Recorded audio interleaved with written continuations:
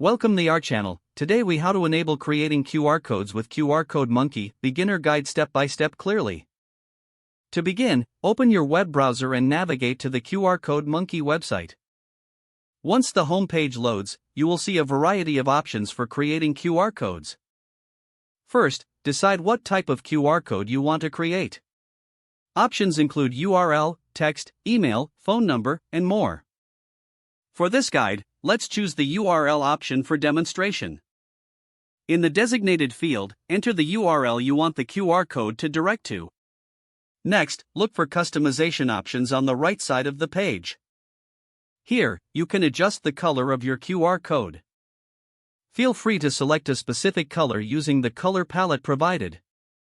You can also choose a shape for the QR code corners. Explore different shapes until you find one that suits your style. If you'd like to add a logo, locate the Add Logo section. Click the Upload button and select your logo file from your computer. Once your logo is uploaded, you can adjust its size and placement. When you are satisfied with the design, find the Generate button. Click on this button to create your QR code. Wait a moment for the QR code to generate on the screen. After generation, you will see a preview of your QR code.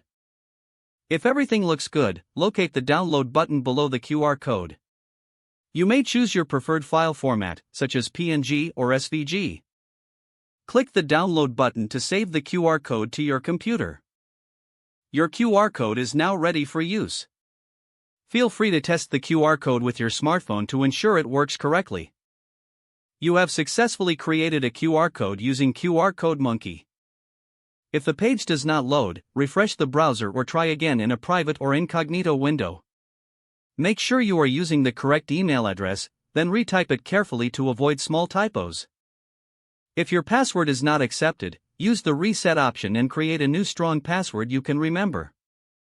Check your spam folder for verification or security emails, then complete any requested confirmation steps. Don't forget to like this video and subscribe to our channel for more step-by-step tech guides.